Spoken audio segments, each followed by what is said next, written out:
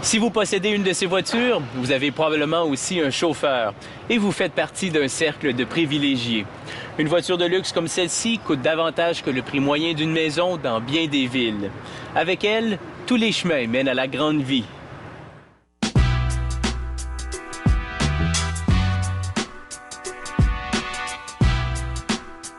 Depuis que les voitures existent, certains modèles se sont toujours démarqués en termes d'apparence et de performance. Pour plusieurs personnes, la voiture qu'elles conduisent illustre leur succès personnel. Si vous roulez en Rolls-Royce, vous avez vraiment réussi.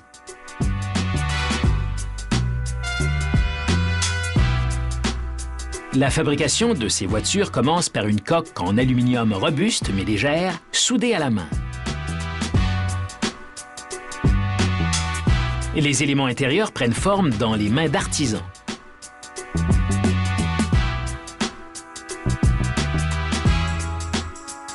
Cet appareil coud des feuilles de bois avec de la colle.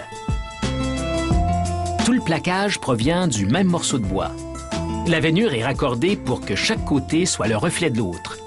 Cette technique donne au produit fini un aspect très raffiné.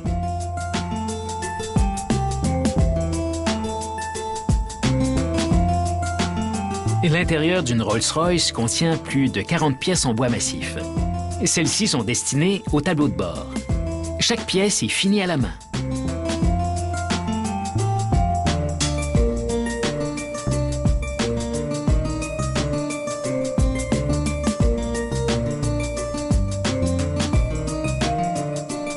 Le bois est poli avec soin avec une pâte spéciale qui rehausse la veinure.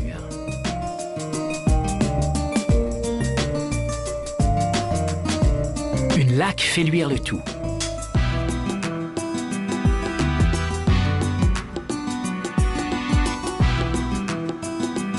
Le cuir est examiné minutieusement afin de repérer toute imperfection naturelle qui sera marquée en blanc.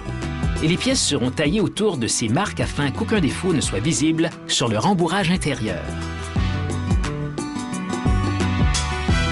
Il faudra jusqu'à 18 pots pour fabriquer les sièges, les panneaux et les consoles.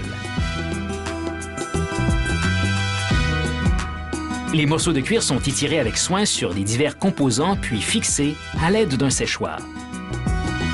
Mouler les pièces de cuir cousues à toutes les courbes et à toutes les fentes peut être assez difficile. Mais ces ouvriers, dont certains sont d'anciens selliers, sont des experts.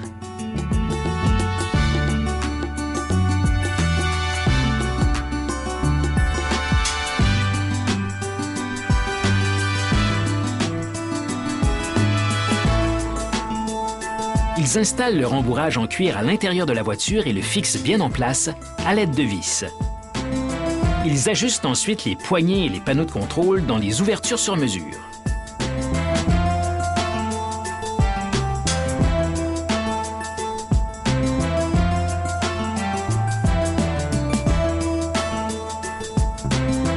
Et finalement, ils installent les interrupteurs, le câblage et les autres commandes dans le porte-instruments. Ce cadre a été taillé dans une seule pièce de magnésium et ne comporte donc aucun joint qui risque de grincer. En plus de permettre l'entrée d'air de refroidissement, l'imposante grille de calandre a une autre fonction. Elle abrite l'emblème de la marque et sa plateforme automatisée.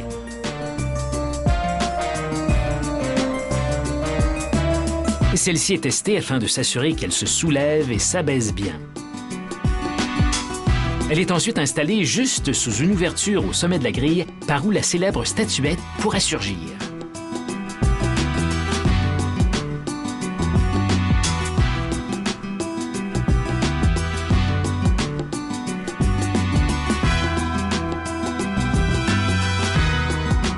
Les ouvriers vérifient l'espacement autour du couvercle afin de s'assurer qu'il y a suffisamment de place pour le mécanisme.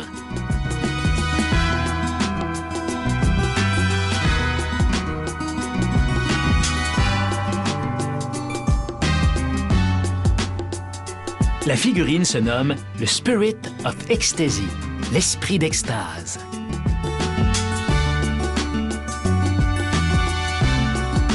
Avec son emblème bien en place, la voiture est maintenant prête à accueillir ses pièces mécaniques.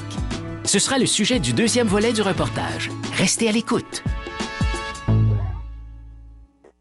Cette Rolls-Royce a fière allure. La carrosserie est élégante et l'intérieur est équipé de sièges en cuir impeccables et de panneaux en bois raffinés. Il ne reste plus qu'à lui donner de la puissance sous le capot.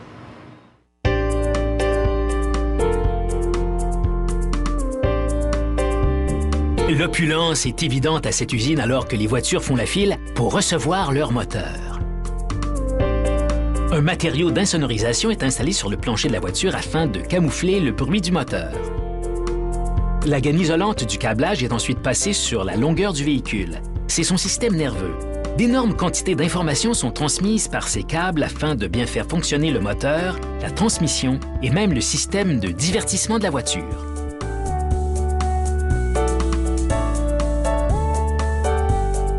Le moteur et le système de transmission sont ensuite placés sur une large plateforme métallique. Ce moteur V12 développe plus de 400 chevaux vapeur.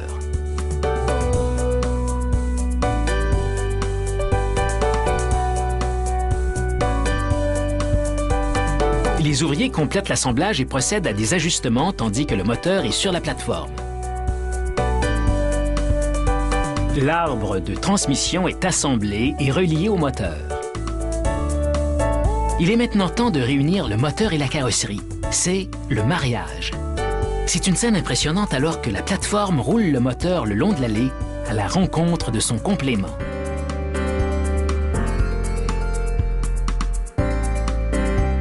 La plateforme soulève le moteur dans la cavité de la voiture, puis les ouvriers le fixent en place avec des boulons.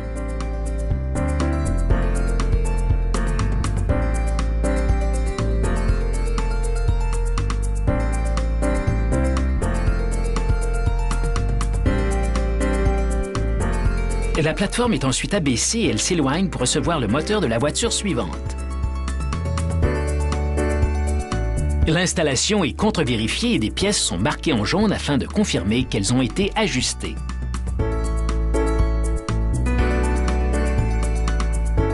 Le moteur en place, il est temps pour la voiture de passer à l'étape suivante.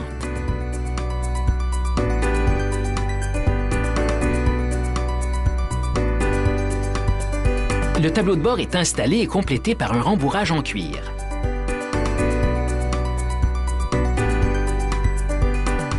Les ouvriers placent ensuite les magnifiques panneaux plaqués autour des commandes du tableau de bord.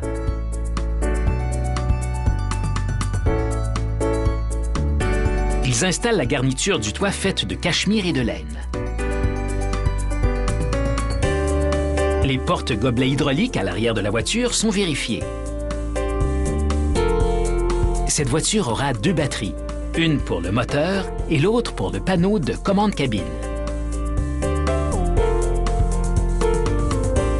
Les ouvriers fixent une cache culbuteuse au moteur afin d'étouffer tout bruit.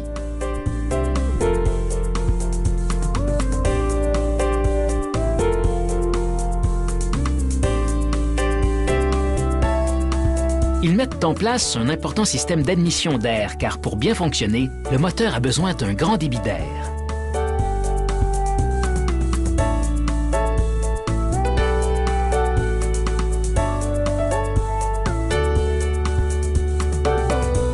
Aucune marque de doigt ne doit paraître sur le pare-brise. Une fois essuyé, les ouvriers utilisent un jeu de poulies et des ventouses pour le mettre en place sur la voiture. Ils appliquent du ruban adhésif pour le maintenir tandis que la colle sèche. Et les ouvriers prennent ensuite les mesures pour s'assurer qu'il est parfaitement ajusté.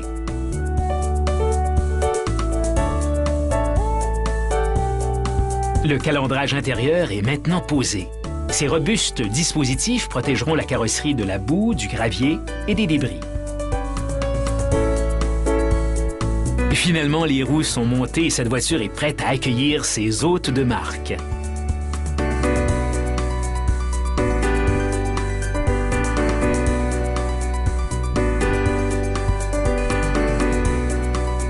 Il faut plusieurs semaines pour assembler une Rolls-Royce, alors qu'il ne faut qu'une journée ou deux pour fabriquer une voiture ordinaire.